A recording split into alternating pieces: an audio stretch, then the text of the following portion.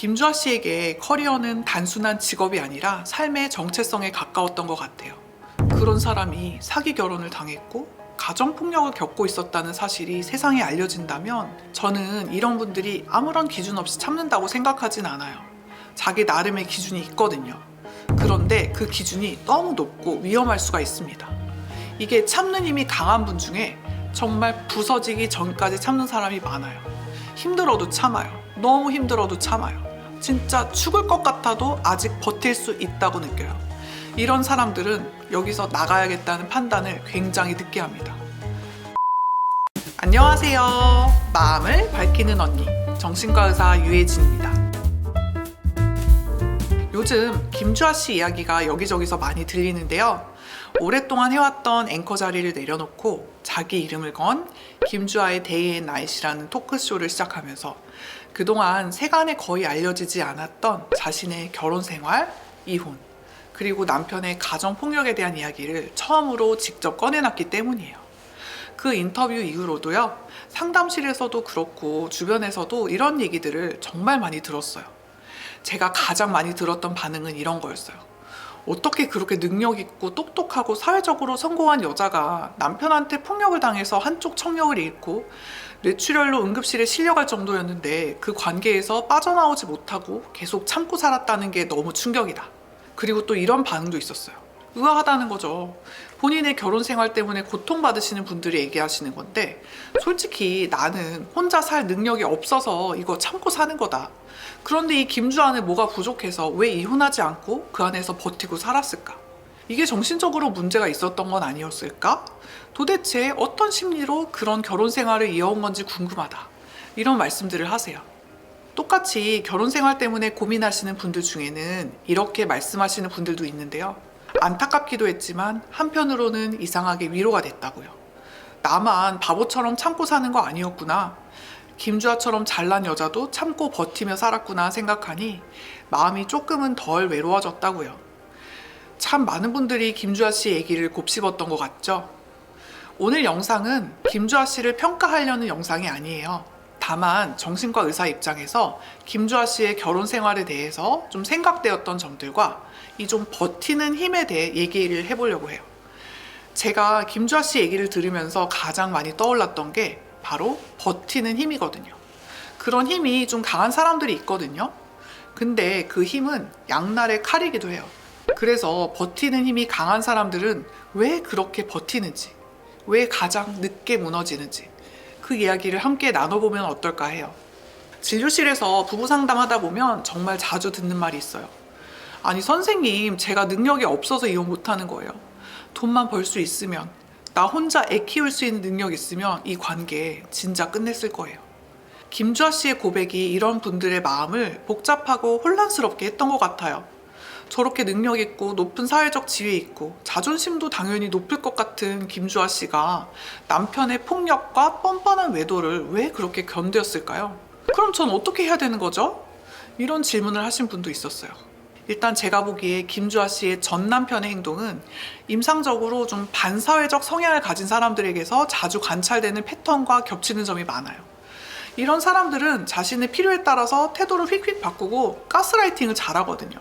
그래서 김주아 씨가 인터뷰에서는 좀 사실관계 중심으로 말씀을 하셨고 본인의 감정에 대해서는 말을 잘 안 하셔서 제가 잘 알 수는 없지만 전 남편이 심각한 외도를 하는 와중에도 잘할 땐 잘하지 않았을까? 그러니까 반성문을 보고 용서도 하고 남편도 받아주고 둘째도 낳고 그러셨던 게 아닐까 싶어요. 또 반사회적 인격장애 성향의 분들이 이 가스라이팅을 통한 책임 전가를 잘하거든요.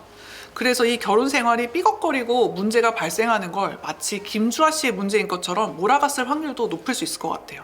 그리고 김주아 씨처럼 이 자존심이 높은 분들은 그 자존심 때문에 이런 문제를 누구한테 털어놓기가 어려워요. 그리고 책임감도 높기 때문에 이 자기가 한 선택에 대해선 자기가 책임져야 된다. 내가 할 수 있는 걸 해야 된다. 이렇게 버티시지 않았을까 하는 생각이 들더라고요. 그리고 어떻게 보면 김주아 씨는 버틸 수 있는 조건들을 많이 가지고 있었던 분이라고 생각을 해요. 결혼 생활 내내 본인이 모든 경제 생활을 감당했죠. 그리고 사회적 커리어도 계속 유지했고요. 그래서 저는 김주아 씨의 이런 경제적이고 사회적인 능력이 오히려 이 결혼 생활의 외관을 망가뜨리지 않게 해서 계속 끌고 가게 하는 힘이 됐을 거라고 생각해요. 현실적으로 우리가 이혼을 고민할 때 이 경제적인 능력, 경제적 자립 여부가 가장 중요하지만 사실 이건 반만 맞고 반은 틀린 것 같다는 생각도 들어요. 제가 김주아 씨의 이야기에서 개인적으로 가장 강하게 느꼈던 건 이거였어요. 아, 이분은 참는 힘이 정말 강한 사람이구나. 여기서 말하는 참는 힘은 착해서 참는 게 아니에요. 순해서 버티는 것도 아니고 이게 피곤해도 그냥 가고 지쳐도 안 멈추고 이 포기라는 선택지가 머릿속에 잘 떠오르지 않는 그 힘을 말하는 거예요. 이 힘은 사실 공부를 할 때, 커리어를 쌓을 때, 경쟁에서 살아남을 때는 엄청난 엔진이 되죠. 이런 분들의 마음속에는 대체로 이런 문장이 기본값처럼 깔려 있어요. 내가 이걸 하겠다고 정했으면 이 정도 고통은 견뎌야지. 이렇게 버티는 힘이 강한 사람들은요, 그 힘으로 사회적 성취를 이룬 경우가 많아요. 좋은 대학, 좋은 직장, 자격증, 높은 연봉 이런 것들은 참고 버티지 않으면 얻기도 어렵고 유지하기도 어렵죠. 부모님들이 그런 얘기 많이 하시죠? 야, 네가 대학만 가봐. 고생 끝 행복 시작이야. 너 좋은 직장만 들어가 봐. 네가 사짜 직업만 가져봐. 네 인생 피는 거야. 고생 끝 행복 시작이야. 아, 이게 과연 그럴까요? 이 대형 로펌에서 높은 연봉 받는 변호사들은 일도 그만큼 많이 하잖아요. 일주일에 60시간, 70시간씩 일하신다고도 하고, 저도 사실 인터 레지던트 때 편하게 잡은 기억이 거의 없고, 제 친구들 중에는 며칠 밤을 새우고 교수님 따라서 회진 돌다가 바닥에 쓰러져서 잠든 친구도 많았거든요. 그리고 대박집 사장님들, 유명한 셰프님들도 지금도 막 새벽 시장에서 직접 장도 보고 하루에 12시간, 13시간씩 일하시잖아요. 주말도 없고요.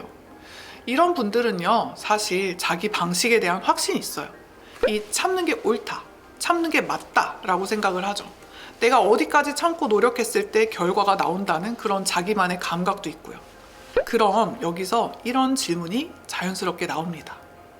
이렇게 잘 참는 사람들은 대체 어디까지 참을까요? 사실 저도 어떻게 보면 참는 힘이 되게 강한 사람이라서 김주아 씨 이야기를 들으면서 이해되는 지점들이 참 많았어요. 다 알지는 못해도 저 마음이 어떤 건지는 알겠다 싶은 순간들이 있었거든요. 저는 이런 분들이 아무런 기준 없이 참는다고 생각하진 않아요. 자기 나름의 기준이 있거든요. 그런데 그 기준이 너무 높고 위험할 수가 있습니다. 이게 참는 힘이 강한 분 중에 정말 부서지기 전까지 참는 사람이 많아요. 힘들어도 참아요. 너무 힘들어도 참아요. 진짜 죽을 것 같아도 아직 버틸 수 있다고 느껴요. 이런 사람들은 여기서 나가야겠다는 판단을 굉장히 늦게 합니다. 왜냐하면 그동안 인생에서 참아서 얻은 게 너무 많으니까요. 참아서 성적을 올렸고, 참아서 경쟁을 이겼고, 참아서 자리를 지켰고, 참아서 성공도 해봤거든요. 그러니까 관계에서도 견뎌지는 동안은 그냥 견뎌요. 김주아 씨에게 커리어는 단순한 직업이 아니라 삶의 정체성에 가까웠던 것 같아요. 그런 사람이 사기 결혼을 당했고 가정폭력을 겪고 있었다는 사실이 세상에 알려진다면 그건 어쩜 개인적인 실패가 아니라 사회적인 몰락처럼 느껴졌을 수도 있을 것 같아요. 그리고 앞에서 얘기했던 것처럼 김주아 씨는 자기 수입만으로도 가정의 시스템을 유지할 수 있는 사람이었기 때문에 아직은 집이 돌아갔고 아이들의 생활도 유지할 수 있고, 아직은 김주아 씨 본인이 겉으로 보이는 이 결혼이라는 틀이 완전히 무너지지 않았기 때문에 그래서 버텼을 거예요. 이 참는 힘이 강한 분들은요, 이 고통이 나를 힘들게는 해도 나를 죽이지는 못한다고 믿는 경우가 많아요. 그래서 위험한 관계를 지속하게 하는 지지대가 될 수도 있어요.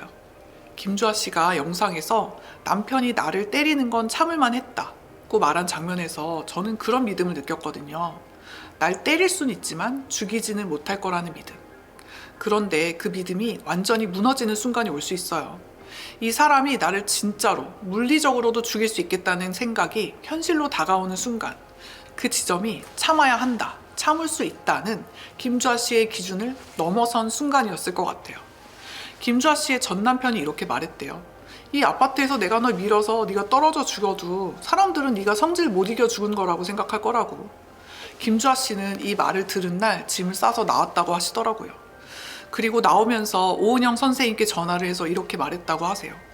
언니, 내가 죽어서 발견되면 그건 내가 죽은 게 아니야. 누가 날 죽인 거야. 이제 이 관계는 견뎌야 하고 견딜 수 있는 고통이 아니라 내가 탈출해야 할 생존의 위험이 된 거죠. 정신과에서는 이 지점을 의지의 문제가 아니라 생존 판단의 문제로 봅니다. 이 지점에 올 때까지 김주아 씨가 버텼다는 게 저는 개인적으로 가장 안타깝고 마음 아픈 부분이에요.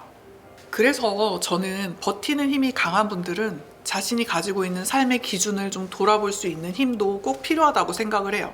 자기 기준을 다시 돌아보고 필요하면 수정도 할 수 있는 높은 성찰성, 즉 메타인지가 필요하다고 느낍니다. 일단은 본인을 위해서 그렇죠. 참다가 부서져 버릴 때까지 참을 수도 있으니까요. 그리고 또 주위 사람들, 나와 가까운 사람들과의 관계를 위해서도 이게 정말 중요한 것 같아요. 이 버티는 힘에 대한 기준과 생각이 가족, 연인같이 정말 가까운 사이에서 갈등을 일으키는 경우도 은근히 많거든요. 다음에 소개할 드라마의 내용의 일부가 그래요. 제가 김주아 씨에 대해서 생각하다가 굉장히 인상적으로 봤던 드라마인 25, 21가 떠올랐어요. 주인공인 나희도의 엄마로 신재경이라는 사람이 등장하는데 이분이 메인 뉴스 앵커고 커리어가 삶의 중심이었던 그런 인물이에요. 이 김주아 씨의 삶에서도 보였던 기준의 높이와도 좀 닮아있는 지점이 있죠. 이 신재경은 딸의 입장에서는 되게 이기적으로 느껴지는 엄마거든요. 뉴스 속보 때문에 남편의 장례식에도 안 왔고 또 희도가 엄마를 필요로 했던 거의 모든 순간에 엄마는 없었어요. 그리고 성공과 성취에 대한 기준이 되게 높아서 딸과의 갈등이 심했죠. 딸 나희도는 펜싱 선수인데 신재경은 딸에게 노력은 당연한 거다. 근데 노력을 그만큼 하는데도 성과가 없으면 그건 멍청한 짓을 하는 거니까 그만하라는 말로 계속 상처를 주거든요. 자기의 기준만이 옳다고 생각하고 딸의 어려움을 이해하지 못했던 거죠. 결국 이 드라마에서는 희도가 성장하면서 엄마를 좀 이해하게 되지만 사실 현실은 드라마와 다를 때가 많잖아요. 가족이나 소중한 사람과 이렇게 서로를 이해할 기회를 얻지 못하는 경우가 참 많거든요. 여러분, 버티는 힘은 분명히 축복입니다. 어쩌면 좀 타고나는 능력일 수도 있죠. 하지만 그 버티는 힘에는 분명한 그림자가 있습니다. 끝까지 버틴다는 건 끝까지 망가질 수도 있다는 뜻이고 또 나의 필요, 나의 욕구, 나의 행복에서 또 진짜 나라는 사람의 됨됨이에서 멀어지게 만들 수도 있어요. 사람은 자기 자신에게서 멀어지면 반드시 병이 나기 마련이거든요. 그래서 치료는 다시 참을 수가 있느냐가 아니라 나에게로 돌아오는 과정이기도 한 것 같아요. 이 참는 힘이 강한 분들일수록 더 자주, 더 솔직하게 자기 자신을 돌아보셨으면 좋겠어요. 혼자 버티지 않으셔도 돼요. 도움을 요청하는 건 패배가 아니거든요. 이 김주아 씨 옆에도 오은영 선생님이 있어 주셨잖아요. 저는 오늘도 이 영상이 지금도 어딘가에서 아무 말 없이 버티고 있는 분들에게 작은 기준점 하나가 되었으면 합니다. 이 영상이 도움이 되셨다면 좋아요, 구독, 알림 설정 부탁드릴게요. 마음을 밝히는 언니와 함께 마음의 빛을 밝혀봐요. 감사합니다.